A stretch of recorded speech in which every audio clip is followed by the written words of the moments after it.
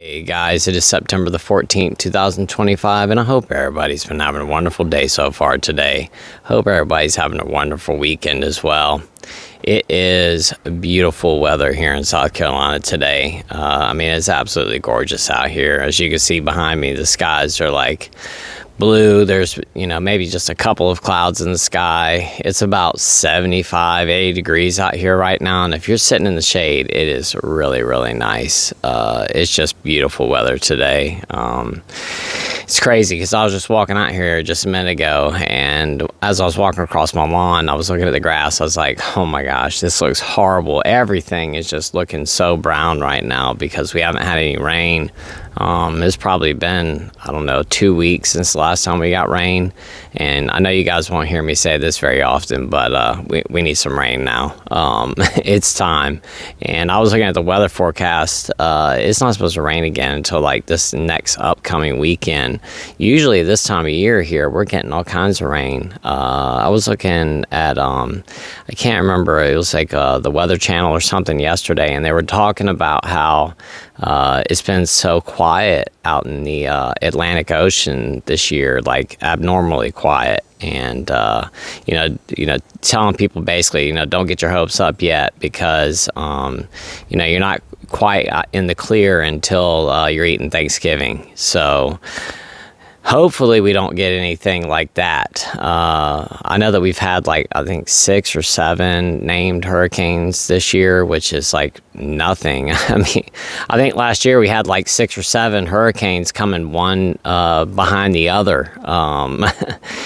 I think like right behind Helene, there was a whole bunch of hurricanes. And then this year we don't have hardly anything, but I'm not complaining about that. Like I said, we just need a little bit of rain just for the plants and the grass and stuff like that out here. I know the farmers probably need some water as well. But anyway, what I wanted to talk about today, I was just kind of thinking about this, with the stuff I've been talking about here recently. I just started thinking about, things that I don't miss about alcohol. And I just kind of compiled up a list, just sitting there. Maybe over about an hour period of time, I was just kind of jotting down notes and just, like I said, compiled a list of things that I don't miss about drinking. And I wanted to talk about that today. And I figured this would be, a good list for anybody out there who, once again has been toying around with that idea in their head, thinking that, maybe they want to have a drink today, or, maybe they're thinking about having a drink next weekend, or, there's, I always talk about this, but there's some wedding coming up, or there's some big work party that you have to go to, and, you keep thinking to yourself, like, what am I going to do when I have to go to whatever this is? Because I get such bad social anxiety, or I get really bad anxiety in these kinds of scenarios. So what am I going to do? And we start rolling that idea around in our head, and we start thinking about it. And at some point, after we think about it for so long, we just go ahead and give in and go to the store. And before you know it, you're back home drinking. And it all started just because you were thinking about something that's, coming up 2 months from now.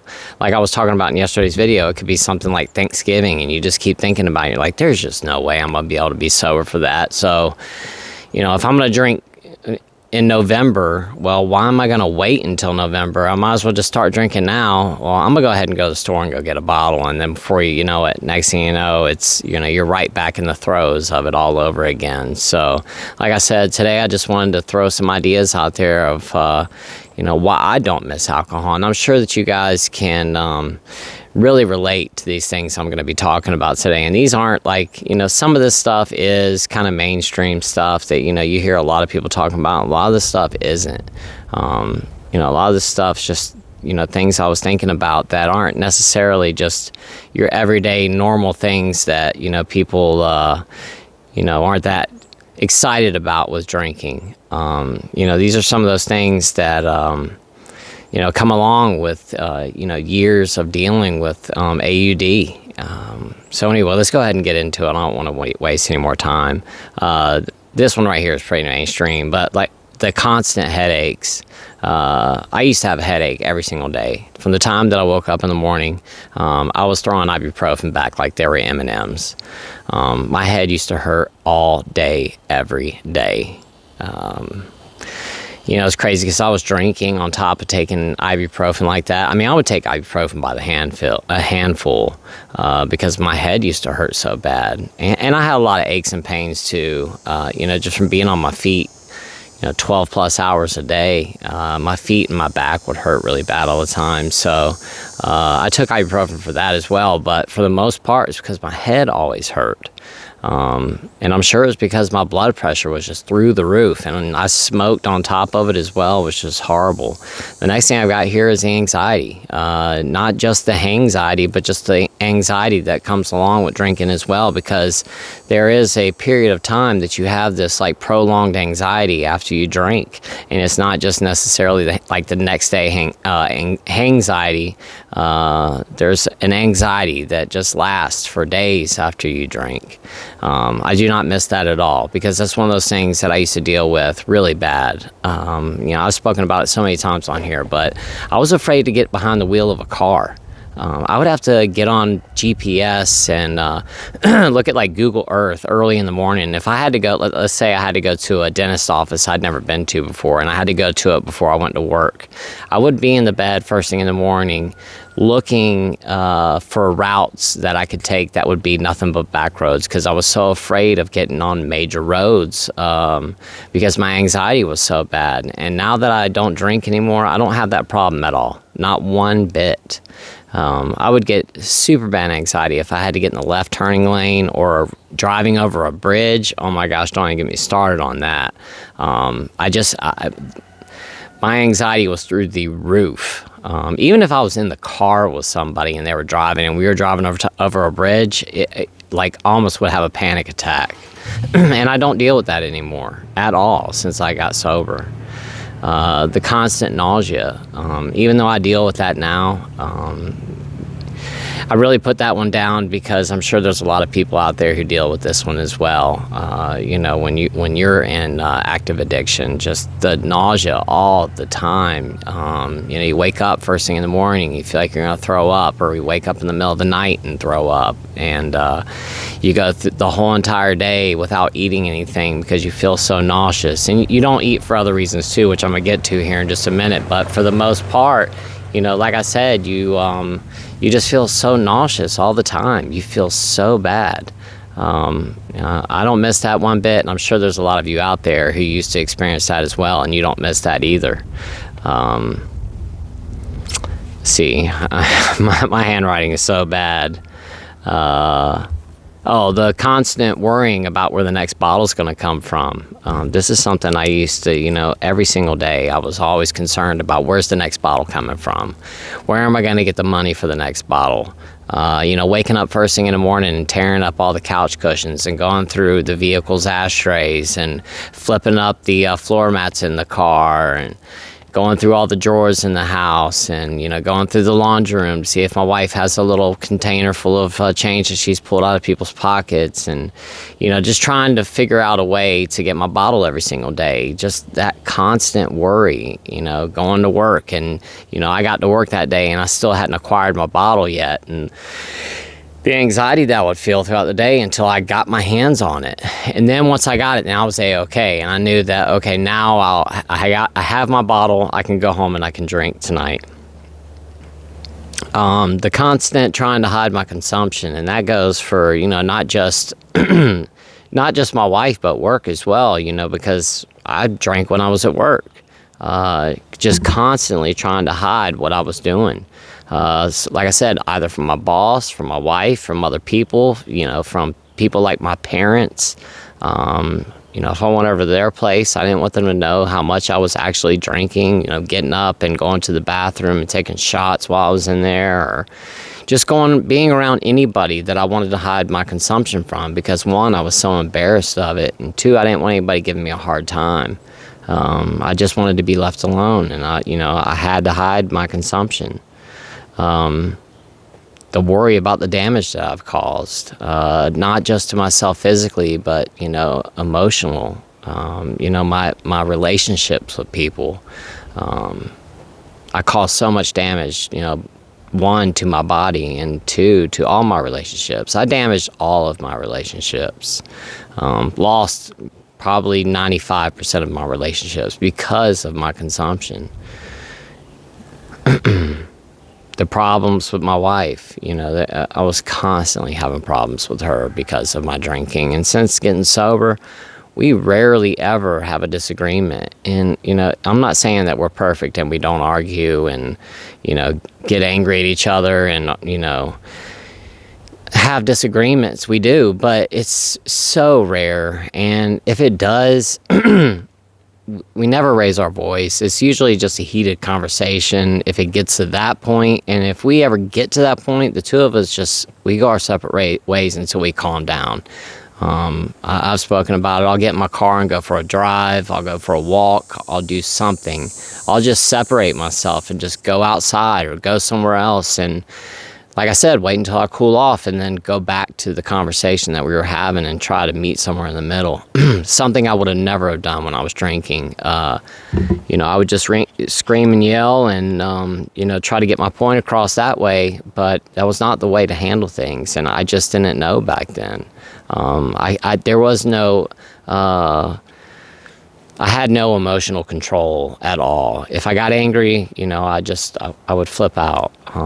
If I got sad, I would act out. Whatever it is, I did not know how to control my feelings whatsoever at all. The problems that I had with my family, it wasn't just problems with my wife, but, problems with my brother and his family, problems with my mom, my dad, problems with my whole entire family. People were upset with me, especially when, we were around each other for Christmas or something like that, and I would say something that I should not have said, but thought I was being funny in the moment, and then, later on realizing that I should not have said that. But, just things would come out of my mouth, things I would never say as a sober person. I just had no filter. And like I said, there was a lot of times that I was portraying somebody else. And I thought that by myself acting the way that I did, that like I was cool or something like that. And I wasn't. And I've spoken about this so many times, but I did not mature or even begin to mature until I got sober at 42 years old. I was still acting like a teenager at 40. And to think that all I had to do was just get sober, and I would have started to see life so much more clear, and I would have matured so many more years ago instead of where at the age that I finally did. It's just insane to think that alcohol played such a huge role in my maturity, but it did. It absolutely did. Trying to cover up the smell of the alcohol, always had to have mints with me everywhere I went, or those little Listerine breath strips, or I had to chew on gum, or, there was always this where I tried to turn my head away from people when I was talking, or stand back really far away from people so I didn't get too close to them when I was talking so they couldn't smell my breath. Just the constant worry about the fact that I had alcohol in my breath. I don't have to worry about that anymore. I don't have to worry about that at all. And what's crazy to me now is if let's say I go into the gas station, which this is the place that it usually happens to me. I walk into the gas station for whatever. I want to grab a drink or use the restroom or, go up and pay for my gas with cash. You got to stand in line when you're doing that. And it's, like I said, this is usually where it happens, but I can smell alcohol on people, and they might be all the way at the front of the line. And I could be standing back, 5-6 feet away from them, and I can smell the alcohol, which is crazy. I thought that I was able to cover up that smell. I must have smelled like an alcohol still on legs, just walking around everywhere that I went. I wasn't covering anything up. I know that people had to smell it on me, especially people that did not drink. I reeked of booze all the time, which is one of the things that I have here on my list, which I'm just going to go ahead and go over it right now since I'm kind of on this topic. But it's, Let me see if I can find it here. The constant smell of alcohol in my breath that I could smell. Just scratch that off. But it was like constantly. That smell of alcohol just wafted up from my mouth up into my nose. If I had like drank beer the night before, all I could smell was that beer the next day. If I drank liquor the night before, I could smell vodka all day long. It was just constant. Like it was coming out of my pores. I could smell it like on my skin.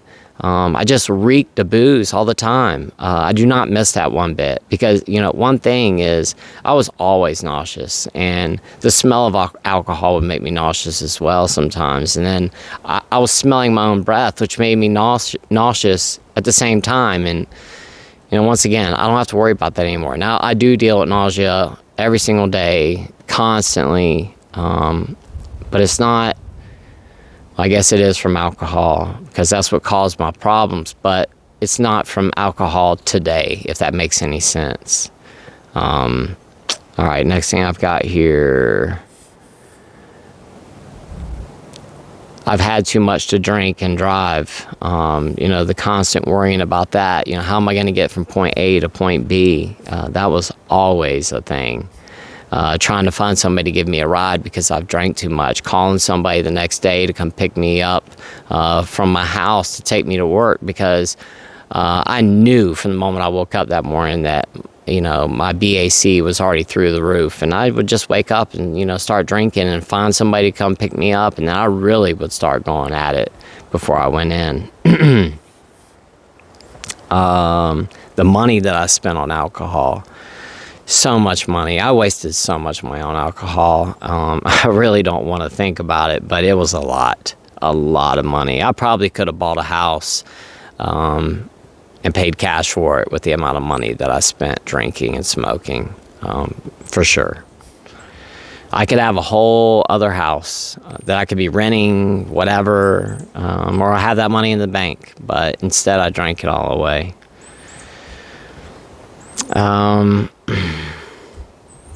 Trying to get to the liquor store before they close. Man, that was a big one. Kind of goes with the other thing I was talking about, about the constant worry about where my next bottle is coming from. But, I would be at work. It's 6:30. We've got a wedding that starts at 7, and I don't care. I've got to get to the liquor store before they close at 7 o'clock. So, I would run out the door and have some lame excuse why I ran out the door to get to the liquor store really quick. But I had to worry about that all the time. And the liquor store was closed on Sundays. So, come Saturday at 6:30, man, talking about an important day and an important time. I had to get to that liquor store on Saturday before they closed. So that I would have enough for Saturday night and for Sunday and enough for Monday morning when I got up, because if I didn't, I was going to wake up and, going into withdrawal. So I had to make sure, like I said, I had enough Saturday night, Sunday, and Monday morning. And I'm so glad I don't have to worry about that anymore. Golly. Alcohol-induced injury. I used to hurt myself all the time when I was drinking, doing stupid things, getting on my motorcycle and going for a ride, using a chainsaw after I've been drinking, just really stupid things, using big machinery. I almost lost my life on my tractor one day with my old sous chef. We almost flipped it over, and we were not in our seatbelt because both of us were sitting on the seat of the tractor. Only one person is supposed to be on tractor at a time. We were flying down my driveway, ran up on an embankment, or we're coming down an embankment. It was one or the other, but we almost flipped. I remember I was almost flipping over. Just being stupid. And, it clearly says do not operate machinery after you've been drinking. It was like I was a magnet to machinery after I've been drinking. That's all I wanted to do. I already spoken about anxiety. I don't know why I have that written here twice. The fuzzy vision in mind. I used to wake up every single day. Like, it was like somebody had taken like wax paper almost, and had put it over my glasses or something. Just everything had this haze to it the next day. I just could not see clearly, and it was only like that really bad after I drank really heavy the night before. And then on top of it, just being able to think clearly, my mind did not work well the next day after I'd been drinking. I couldn't remember things like I was supposed to. And being a chef, you've got to have a really sharp memory. You've got to remember these recipes. I mean, you've got to be able to memorize a lot of stuff, and to not be sharp and be able to spit a recipe right out to one of your guys that's trying to make something, and you can't just turn around and go, okay, 2 cups flour, yada yada yada, and you're sitting there trying to think, and then you got to stop and find the recipe. You have to be able to be sharp. You've got to be able to remember everything that you need to place on an order, and just all this kind of stuff. There's too many balls in the air as a chef to not be sharp. And there were a lot of days when I put myself through a lot of agony because I could not think clearly. Don't have to worry about that anymore. This one right here is a crazy one, and it might not apply to everybody, but doing other substances. Alcohol was my drug of choice. It absolutely was. But I would play around with other substances if I had been drinking, and only if I had been drinking. I just wasn't the person that did stuff like that. I mean, not to say that anybody's bad for doing it or anything like that. It just, that wasn't my preference. And I just didn't really do it a whole lot. And these were the times, too, where I would get, so messed up that I always regretted it because, I just didn't have a lot of experience with it to begin with. And it was always after I was intoxicated, stumbling around and somebody would offer something to me and then I would do it. And, like I said, that's when everything would just go off the rails. The room would start spinning. 99% of the time it was always broccoli that somebody would have around me, and I would smoke some, and it always, the whole entire day was ruined after I did that. Party was over. If I had been drinking and somebody passed something like that to me, party over. I went inside and went to bed. I had to, because it got me way too intoxicated. But I only did those types of things when I'd been drinking. And like I said, there was a lot of mornings where I'd wake up the next day and be like, I cannot believe I did that. Now I've got to worry about, what if I get drug tested for some reason? I'm going to lose my job. If I get hurt at work, if I was to get hurt at work and cut my finger off or something like that and had to go to the hospital, I would have gotten drug tested and I would have lost my job. It had happened to multiple people that worked for me. And I had that constant worry and fear that, if I did in fact hurt myself, it was going to be trouble. But I would have lost my job anyway because there was always alcohol in my system. I don't know why I thought about that like that. Now that I think about it too, like I said, there was always alcohol in my system. I would have lost my job anyway. But anyway. All right, I'm going to go ahead and try to hop through the rest of these. I think I've got maybe 30 or 40 more, but I'm going to go through them really quick and stop hanging on to them for so long and making so much of an explanation. I think you guys get the gist of what I'm talking about here. So the next one that I have here is hanging with people that you usually wouldn't. And that one's pretty self-explanatory. But when we're in active addiction, we do tend to associate and surround ourselves with people that we normally wouldn't. I don't need to go any further into that. Faked conversations or fake conversations, and you guys know what I'm talking about. Just bar talk. It's meaningless conversation. You guys know what I'm talking about. You're at the bar. If you've ever been at a bar by yourself and you're just sitting there trying to have your drink, and maybe you're talking to the bartender, and all of a sudden somebody comes up and sits beside you and they start to talk. And, the two of you start having, a conversation. There's no meaning behind it at all. You guys are just basically in the same place, doing the same thing. And for some reason, I think a lot of people, when, let's say 2 people are sitting at a bar drinking at the same time, the other person thinks, oh, well, we're basically in the same club together. So that means that we're friends. We're both drinking, which means we're buddies. and people will come up and sit down and start talking with you, and you're like, I don't even know who you are. But that, it does happen, and a lot. There's just a lot of fake conversation in active addiction, and I don't miss that one bit. Chasing the dragon, pretty self-explanatory, but constantly chasing that feeling. Being scared you're going to lose your job all the time. Feeling like you're the only one in this. And I've spoken about this so many times, but I did not think that there was anybody else that drank in the manner that I did, and the amount that I did, and the frequency that I did. But after doing this channel, I found out that there are a ton of other people that drank the amount that I did, and as much, and as often. But there was this constant feeling like I have to be the only person that does it like this. And it felt horrible.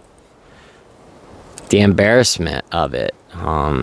Just the embarrassment of just all of it, the whole aspect of it. Just, if you take everything and combine it together, there's a lot of embarrassment in it. The fact that you cannot stay away from the booze, getting caught in the act of hiding, trying to drink. I mean, there's a lot of embarrassing things that happen with this. Going to the bathroom on yourself, which happened to me a bunch of times. You think that you're something else. You think you're going to fart, and next thing you know, accident happened, and you're at work, and then what do you do? That's happened to me before, and I don't have to worry. I mean, I can't say for sure I'll never have to worry about that ever again, but feeling like that every single day, not at all. High blood pressure. My blood pressure was through the roof. Every single time that I went to the doctor, my blood pressure was through the roof, and they always wanted me to go to the ER, and I never did. My face was always red. And when I say red, I mean red. I could not, the color that I'm wearing right now, I would not have worn it back then, because it would have really accentuated my face being as red as it was. And my face is already red, like right now it's red, but nowhere near how red it was back in the day. Like red, like, golly. Like when you think of like a red crayon, it was red like that all the time. My cheeks were always so bright red, and they would get so red that they would start to turn purple. And that was all the time. From the moment that I woke up in the morning till the time I went to bed at night, my face was always red. I was just looking at some pictures of myself the other day, because you know how if you guys have an Android or whatever and you're on Google, sometimes it'll like show you pictures from years ago and say, remember on this day. And that happened to me the other day, and I was flipping through and I was looking at pictures of myself. Man, my face was red. And I was not like actively drinking in those moments either. It was just a normal part of the day. The not eating. And I never ever ate unless it was in the middle of the night, and it was like my body needed it so bad that I just got up and started eating in my sleep. But I never ate during the day, because I wanted to have an empty stomach so that when I did drink, that the alcohol would hit, and hit hard and fast. I wanted to get drunk as quick as I possibly could, so I did not eat throughout the day. I was just thinking about this earlier. My wife and I were watching a television show, and in the commercial break, they were doing a commercial for Johnny Walker, of all things, and they were sitting there like taking, they were drinking the Johnny Walker on the rocks, and as they were drinking that, I was thinking to myself, like, man, that feeling, that burning feeling, I wanted to feel that all the time back then, and I made sure that there was nothing in my stomach back in those days whenever I would go to drink. And I think that commercial is really what made me think to do today's video, because as soon as I watched that commercial, I started thinking about that burn in my stomach, and I had to catch myself. I was like, what are you thinking? Stop thinking about that. And then it started making me think about how I never used to eat when I was in active addiction, because all I ever wanted to feel was that burn in my stomach. I wanted to get as drunk as I possibly could, which I think the fact that I never ate and drank as much liquor as I did had to play a huge role in the fact that I got as sick as I did. It had to have. There was no barrier between the alcohol and my stomach. Not remembering where I put my stash the next day after I'd hit it the night before. You know, the night of my drinking. Like, let's say I was drinking last night. You know, I would get to a point where I got blackout drunk, but I did not want my wife to find my bottle. I would not remember hiding it. The next morning I'd wake up, you know, and I needed my drink because I would be shaking so bad. I had to get something in me and quick. And that panic feeling when you're tearing your whole house apart at 7 a.m., trying to find your bottle that you do not remember where you stashed it because you were too drunk the night before, and you were just trying to keep it away from your husband or your wife because you didn't want them to find it and pour it out, but now you hid it so well that you can't even find it. That panic feeling. The RLS. I used to get RLS so bad at night, especially if I hadn't drank. It was horrible. The shakes, constant shakes. I shook all the time. Even when I was drinking, my hands shook. My hands were always like this, always. I don't shake at all anymore. I mean, I put both my hands up here and they're not moving at all. It was like that all the time. Like I said, even if I was drinking, my hands shook. But in the morning, when I first woke up, my hands would shake so bad that I could not hold anything in them. I dropped everything that was in my hands until I got that first drink down, which was one of the most difficult things of the day was, you know, trying to gulp that drink down as I'm feeling like I'm about to puke it right back up and forcing that down just to get the shakes to go away enough for me to be able to go about my day, just brush my teeth, you know, get ready for work. I had to force the alcohol down first thing in the morning because the shakes were that bad. People over at my house I would never invite over here. I can't tell you how many times I upset my wife so bad. Coming back home from a bar or bringing people over from work or whatever it was, but I'd just show up here 10, 11 o'clock at night, 12 o'clock at night, whatever time. I would just show up at the house with people that I met at some bar or something and decided to invite back to my house. And my wife's in there with the kids, you know, trying to go to sleep. And here I am showing up in the middle of the night with these people ready to party. And we're outside making a bonfire, making all kinds of noise. That caused a lot of problems in my marriage, and things I would have never have done, things I would never do now, but I did them all the time back then. I had no respect for anybody else other than myself. The constant lies, just lying to everyone. I don't miss that at all. Being drunk by noon, and the whole day being ruined. I do not miss that one bit. I speak about that all the time. It would be my day off, my only day off, and I would wake up, start drinking, and it would be 12 o'clock. I'd walk outside to smoke my first cigarette of the day, and I was seeing cross-eyed. I knew at that moment my whole day's done. I'm about to go inside and lay in the bed and pass out, and that's it for the day. I'm going to pass out, sleep till 6, wake up right before my wife gets home or right as she's getting home. I'm going to get right back up and start drinking again. I'm going to drink until really late in the night, and then I'm going to wake up and feel really bad the next day when I got to go to work. And that's the way that went. Doing something while drunk that I don't remember happened all the time. I do not miss that one bit. Blacking out. I blacked out every single day. Every day I'd wake up in the morning and would have to wonder, did something happen last night? My wife wouldn't be speaking to me. I knew I'd said something. I'd try to talk to her. Hey, you okay? We're not going to talk about it right now. My whole day was ruined. And then I've got this mystery that I can't solve. I have no memory of what happened the night before. And my wife telling me, we're not talking about it till you get home tonight. I've got to work the whole entire day wondering what happened. I'm so glad I don't have to deal with that anymore. Losing items while drunk, my car keys, my wallet, my phone, whatever. I'd wake up the next morning, couldn't find any of my stuff. I'm so glad that's over with. Not saying I don't lose things now, but nowhere near the frequency I used to.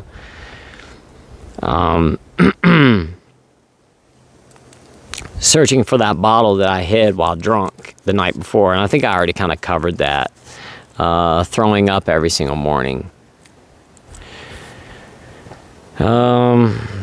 carrying alcohol with me everywhere I go. I had to have a water bottle or mini bottles or both or whatever, but I always had to make sure that I had alcohol wherever I went because I could not go anywhere without it. And the planning that would go into everything to ensure that I could drink, you know, just trying to work around everything. If I knew I had to go, let's say one of my kids wanted to go to the movie theaters for their birthday or something, and, you know, they have beer at the movie theater, but not my liquor. So, you know, I'm already trying to plan out how I'm going to sneak in, you know, some mini bottles into the movie theater a week in advance. I'm already thinking about it because I've got to go to a movie theater for 2 hours. Or I'm going to whatever it may be, and doesn't allow alcohol in. I would already be trying to figure out, okay, how am I going to sneak this in? And just all the planning that would go into this stuff is just absolutely ridiculous. And, you know, once again, these are all things that we don't have to worry about anymore after we've gotten sober. You know, once again, just wanted to share this list today in hopes that it gets to whoever needed to hear it. You know, like I said, if it's something that's been crossing your mind all day long, or it's been something you've been thinking about all weekend, or for whatever reason you needed to hear this list today, I hope that something or all of those items on that list helped you make that decision to stay sober again today. There's nothing we can do about yesterday. You know, if you relapsed yesterday or something happened yesterday, that's yesterday. But today we can do something about it, and we can decide to stay sober today. We can decide not to drink today. And by deciding to stay sober today, it will affect our future tomorrow. And then hopefully tomorrow when we wake up, if we do, we can do it all over again. But we can't worry about tomorrow, and we can't worry about yesterday. All that we can focus our attention on is today. And in today, let's not drink or use. Let's stay sober one more day. It truly is one day at a time, guys. Thank you so much for watching. I really do appreciate it. And until tomorrow, I will see you guys then. I hope you guys have a wonderful rest of your day. I love y'all so much. Bye-bye. Hey everyone. I wanted to come on here and thank everybody for the birthday wishes. It was really cool to see wishes from all over the country and all over the world. Also wanted to thank LD for making it all possible. It made my birthday very special. Thank you.